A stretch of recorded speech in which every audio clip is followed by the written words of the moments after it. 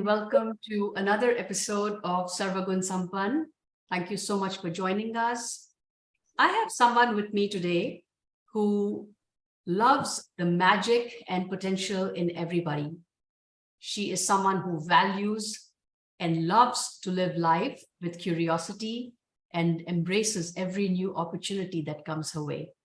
She strives for growth and not perfection, and seeks equity and inclusion in everything she does. Some of her strengths include her resilience, positive attitude, her ability to see multiple perspectives, and stay balanced. I'm happy to welcome Ambica Yadavalli to the show. Ambica, how are you? I'm really good, Anu. I'm very, very, very excited to be on your show, and I'm very excited to actually being interviewed by you. So it's a double excitement in many ways. You could take the time and come on this show. So really excited about that. You are familiar with the format of the show. We'll start off with your childhood, Bachchpan ke din, and take us down that memory lane, Ambica. Love to hear all about your childhood. Well, Bachchpan ke din, I was thinking about it, and reminds me of a few words. It's Hyderabad, it's Satya Apartments, simplicity, crispy dosa, and lots of friends with I Spy and Chor Police all around the building complex. So it was childhood was very uncomplicated in many ways. We lived in a nuclear family in that sense. So it was my parents and my brother and me. My father was based in Saudi for almost 10 years. So to some extent, it was me and my brother and my mother for a long time. And because we were that nuclear, friends became a very important part of life. And now that I look back, I couldn't have asked actually for a more cosmopolitan upbringing, even in a small town like Hyderabad as it was at that point of time, because I was a little Hindu girl going to a Catholic convent and living in an apartment in a neighborhood which had a majority of Muslims around. So I just grew up with some very multicultural influences, got to meet many different kinds of people. Got a very deep understanding of my own family, my own ancestors, with what was happening at home, and then seeing a working mother who's as committed to her job, her career, her students as she was to us. It just actually felt really normal. It wasn't until I grew up and I looked back and I realized that was actually really unique. To have a mother who was that kind of a role model, to have a father who was a doctor, to have expectations of me that were pretty similar as my brother. I was expected to study. I was always expected to be financially independent. Me and the standing that I had in the world outside meant something to my family, and hence it began to mean something to me. And it's much later in life that I realized how unique that was and what a blessing it was. And then I was also lucky because I saw my mother have a sisterhood around her. Because my father was working in Saudi for 10 years. A lot of my childhood was actually spent in my aunt's house. And I think that's where I understood what unconditional love was. I had a lovely aunt and these two cousin brothers who doted on me. My aunt and my cousin, they had a disability, but they were the most generous, the most loving, the most kind people that I knew. And again, it's much later in life that I realized how privileged I was to see such strength and such grace at a very early age. And to see their community rally around them, to make all sorts of opportunities available to them. And, I grew up thinking that's how everybody is. That's how a community is. That's how you show up for your friends and, for your family. So I feel extremely grateful for some of those influences. That's wonderful. Ambica, we'll move on to the next phase, which is Ye Kahaan Gaye Hum. This is all about you growing up, your college, your education, and your progression through whatever you chose to do later on in your life. So why don't you talk to us about that phase? I've had a bunch of Ye Kahaan Gaye Hums in my life for sure. No, I think one big influence was, like I said, my father was working in Saudi, and every summer vacation we'd actually go away to Saudi, and it was spent there. And while it was, lots of video recordings, lots of TV, lots of, fun and shopping and, all of that, it was also the Middle East, which was very different for a little girl. And I think to see what opportunities were available to little girls in a country like that in the 80s, and then come back to India and be in a family where, I was getting to go to school. My parents were very ambitious for us. So only the best schools and colleges would do. And while it felt really difficult at that point of time to have those many expectations, and expectations you excel in everything. My brother had that expectation of me as well. And it was, I remember coming home one day and saying, I want to learn how to type. And he looked at me and he said, you want to be a stenographer in your life? Like, that's not enough. You're not going to learn how to type. You go and learn how to code, right? And you learn how to work a computer, and you learn how to type automatically. So I think I had people setting, bars of expectation in terms of what ambition meant, quite early on. And hence, because of that, I was expected to become a doctor. So my undergraduate studies are in the sciences. I was studying really hard, to get into the medical field. I almost did get a seat, and I knew that without paying any donation, I'd become a dentist. And I think just the day before I was supposed to go for counseling, I turned around and I told my parents, I don't want to do this. This is not for me. This is not the path I want my life to take. It was quite a shock for both my parents and my brother, who was so ambitious for me. And I just said, look, I don't know what I want to do. I just know what I don't want to do. So let me go down the commerce path. Let me go down a path that will, remain open, and I can figure what I want to do. And I had an extremely amazing college life. But that to me was like I had a lot of fun. To my parents, I gave them a lot of nightmares about, all the fun that I was having. But ultimately, I ended up going up north to MDI Gurgaon to do my MBA. And that, I think, was my first Ye Kahaan, Gaye Hum, which was, it almost felt like moving to another planet, not just to Delhi. It was the heartland of Haryana. It was the Haryana of the 1990s, not the glitzy, glamorous Gurgaon that we see today. I was in a campus with about 5 girls and 110 boys. And for someone who'd always been to girls' colleges and, girls' schools and convents, and had teachers and nuns, talking about, you have to be strong women and express yourselves.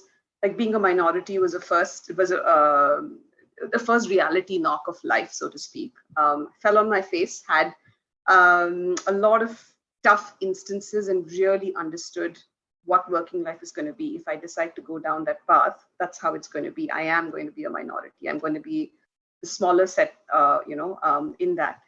But I was also very lucky because I discovered my passion, and I discovered my passion was about people and behaviors and what make people tick.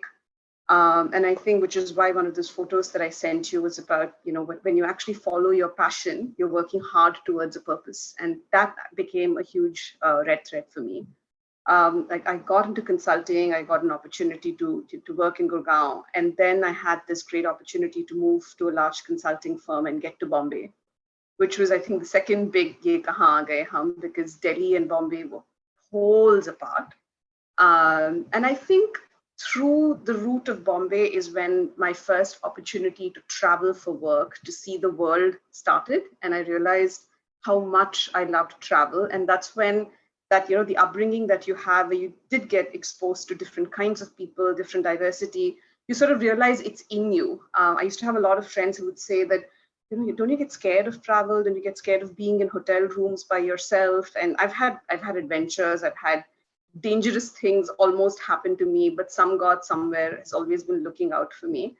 But I think that started off my curiosity for different cultures, different people, different problems. I think consulting just gave that high of no two things are similar, no two people are similar, no two issues are similar.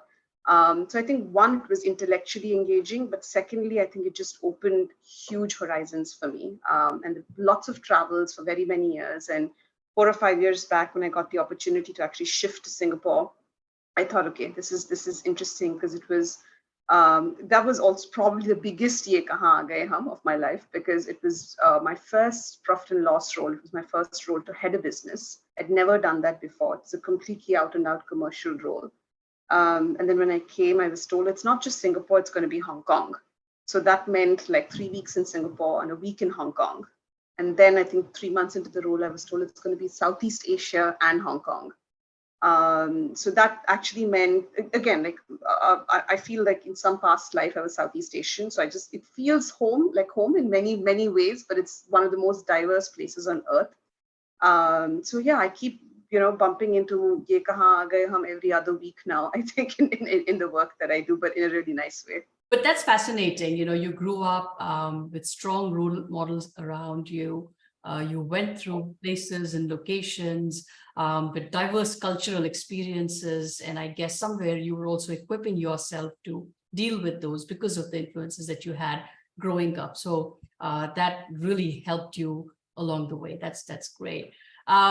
We'll move on to our next segment. And this is where you'll be talking more about your consulting journey, what you do in your work. Please walk us through your Kaam ki Baat. So it's all about your career.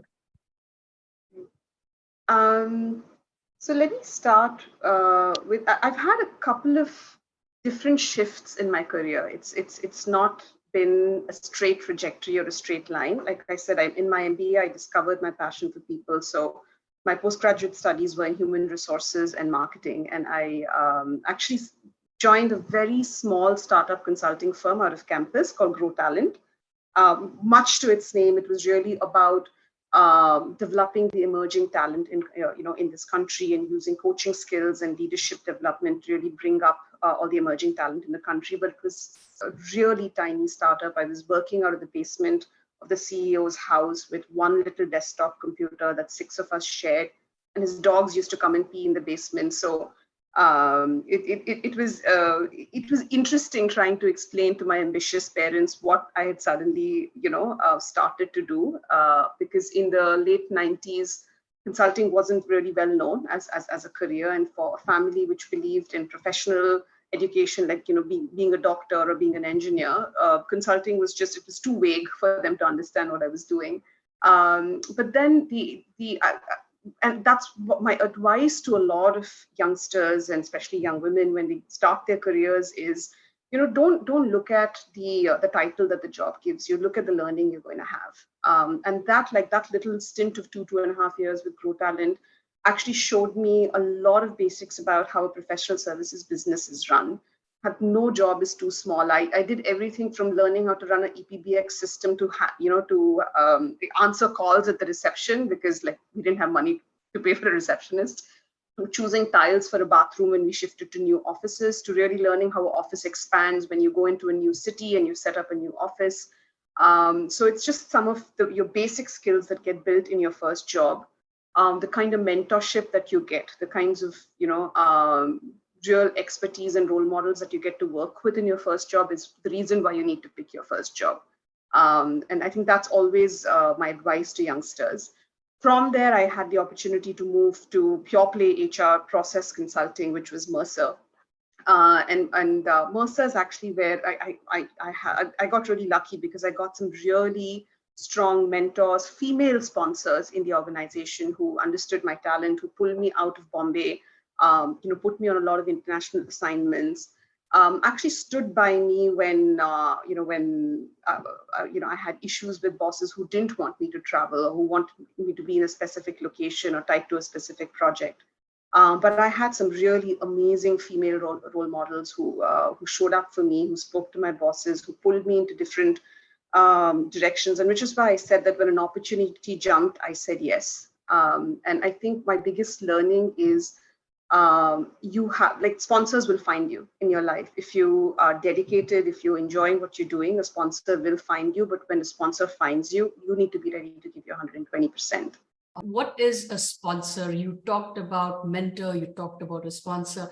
Can you explain to our audience, what those two terms mean?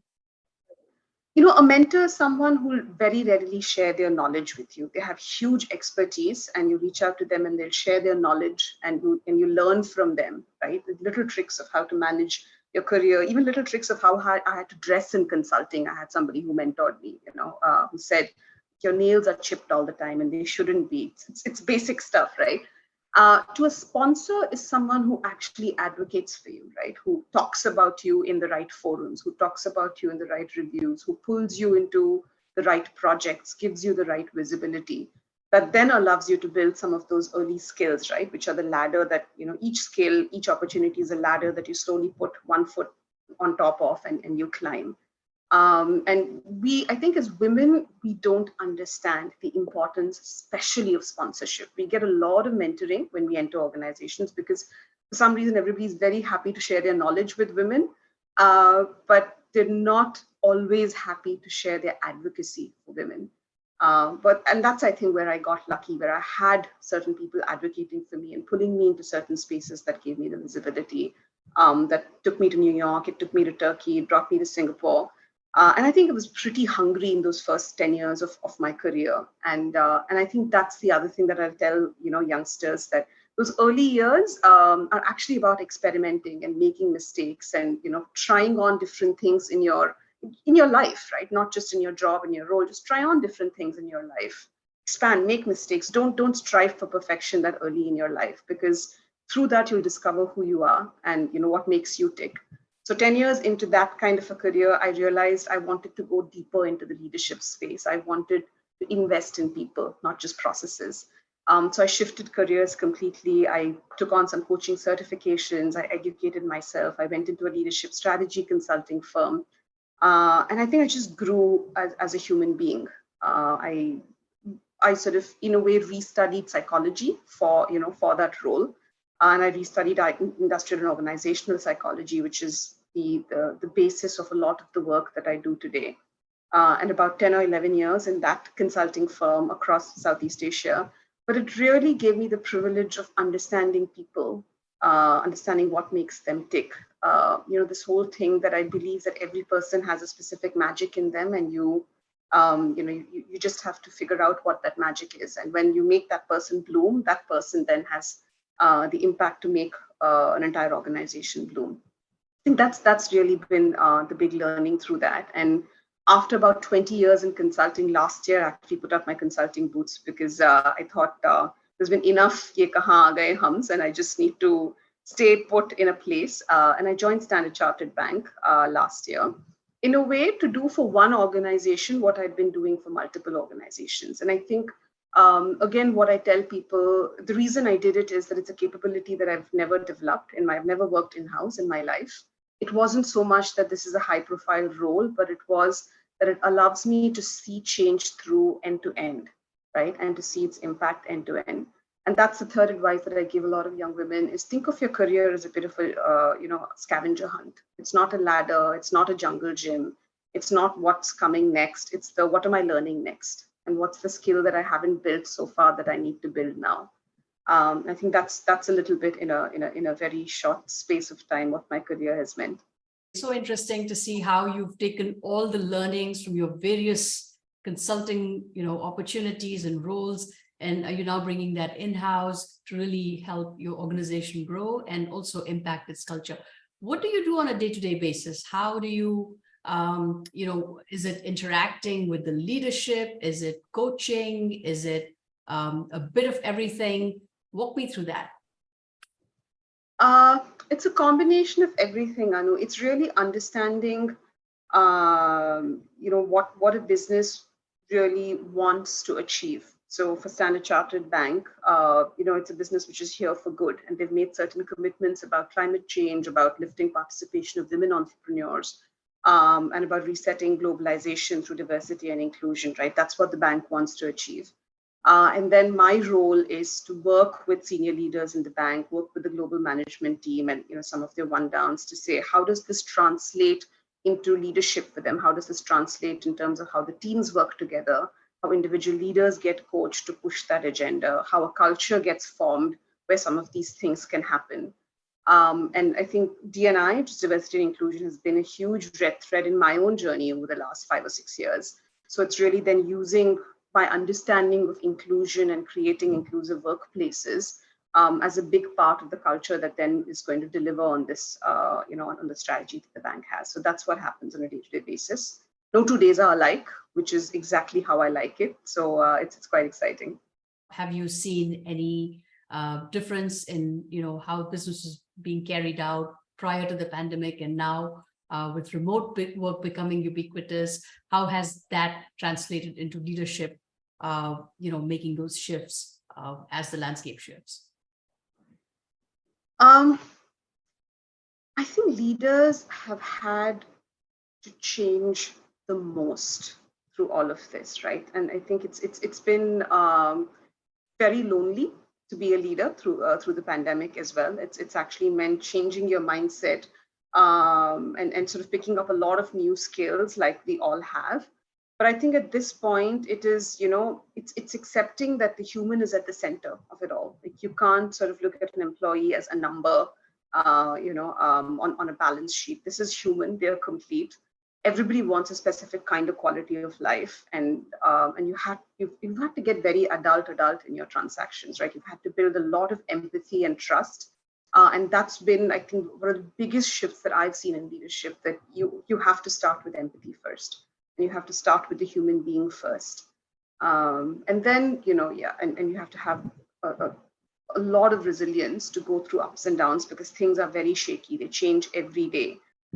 So it's how do you take care of yourself, and then how do you take care of the teams, which then go and create a specific culture around them.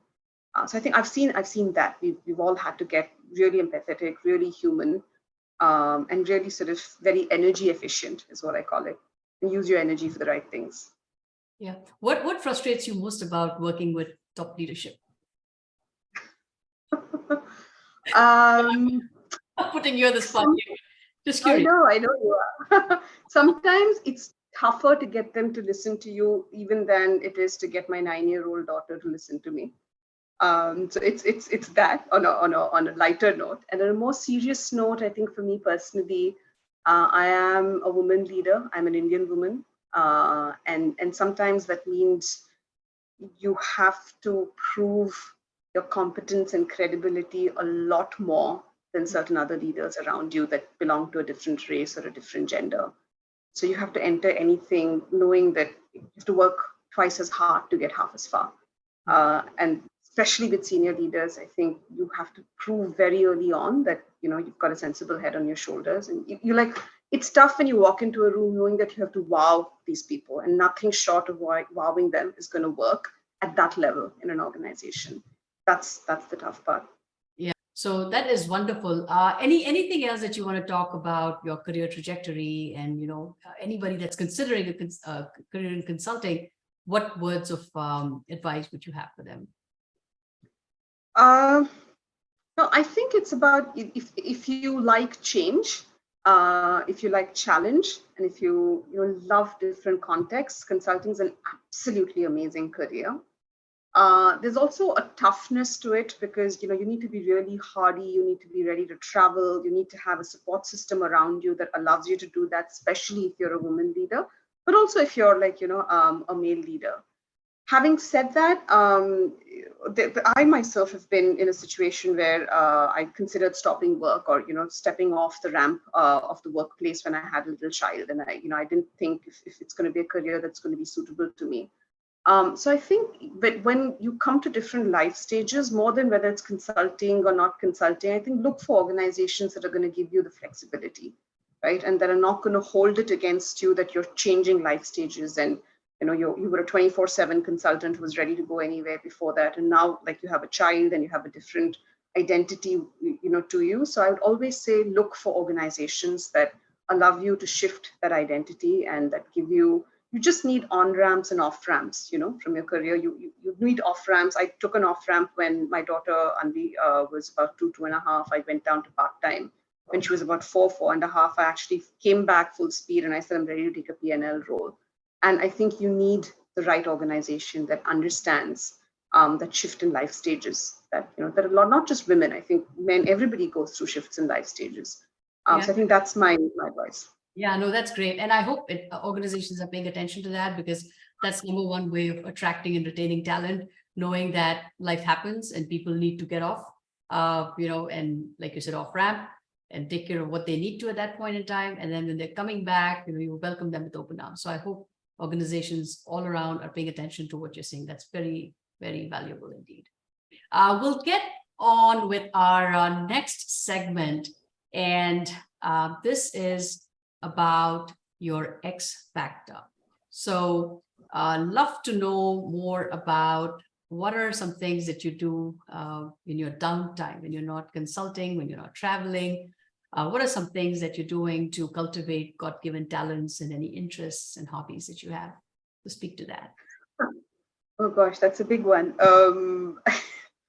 Well, there are a few different things. I have a little daughter who's amazing and completely unlike me, which is very, very lucky for her.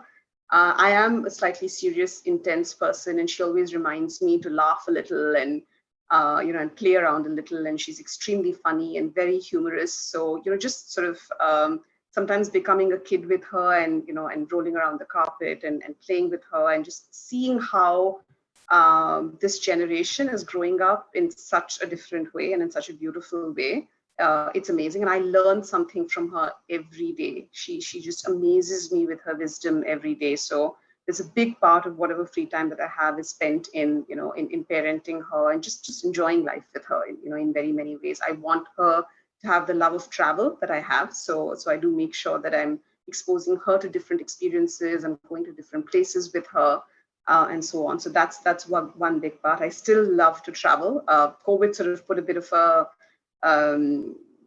bummer in that, but even in that, I think I explored every part of Singapore that I could. Have walked across the 32 miles in the island, and I've been to every little park and every little connector that the island has, and so on. So so travel is a big part. I'm a voracious reader. I'm reading at least 3 different books at the same time, and these days I do it through audiobooks, etc. when I'm walking. So reading was the first thing that helped me expand my horizons, and I think I get the love of reading from my mother. So I want to pass it on to my daughter, although it's tough sometimes because she hates it when I get her to sit and read with me. I think those are the few things that sort of really keep me going. Awesome. That's really very interesting. And so now we'll move on to our next segment, which is self-care. So this is you and your quality time with yourself. So what do you do on a day-to-day basis, to get away from all the madness and all the chaos, which I hope isn't a lot for you, but I'm sure the work is all consuming. So how do you take care of yourself at a mental, emotional, physical, and spiritual level? So Anu, I give off the vibe that I work very hard, but I probably work smarter than I work harder, honestly. And I do believe I need to put on my oxygen mask first to be able to give oxygen to others. So self-care is over the last few years, I've learned the importance of self-care. So I wake up an hour before I wake my daughter up, and that hour is completely for me. So I do a bit of yoga, I do my meditation, because I do believe self-care, is about mind, body, and spirit. And I think the minute I wake up, I actually try to take care of my spirit first. So that half an hour of meditation and breathing and just being with myself and enjoying a small cup of tea before the madness of the day starts is important. I journal, I do a lot of gratitudes in the morning, and I sort of visualize what that day is going to look like. And then I start my day off. It starts off first as a mother to get her up and ready and off to school. Mornings are quality time for me and her. So I just try to make sure that both she and I are calm, we're balanced, we're looking forward to the day. We know what that day is going to bring for us. And I think the second thing that sort of really keeps me alive is friends. Like I said, I think I grew up seeing my mom have a little sisterhood around her, and friends have always played a very, very important part in my life.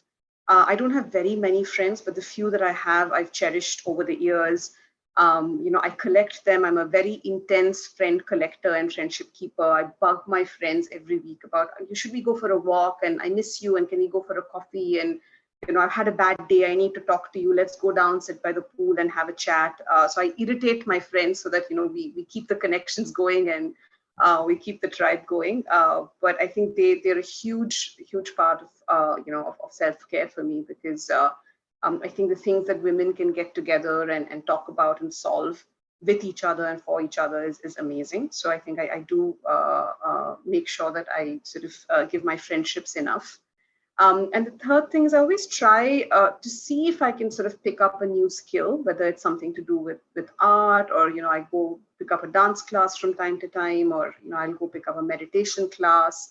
I was learning calligraphy for some time, so I something to do with my hands, because I feel our stress rests in our hands, and like when we actually start doing something with our hands, especially during periods of deep stress, I try to go back to art. I try to go back to calligraphy. So I think that sort of really helps me balance myself in a big way. So those are the three pillars, I think, of my own self-care space.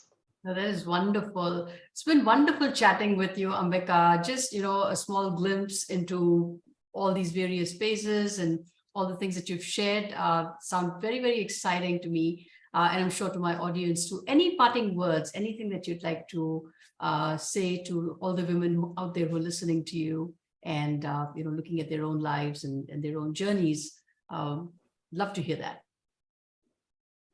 I don't know. I think every woman and every journey is special, Anu. And I think I would just say that, own your life, own your choices, be proud about the journey your life has, or all of our lives have brought us on. We've all made different choices, but we need to own our choices and own our life, and just grow every day, and, embrace life queen size. I love that. So here's, parting words from me to you.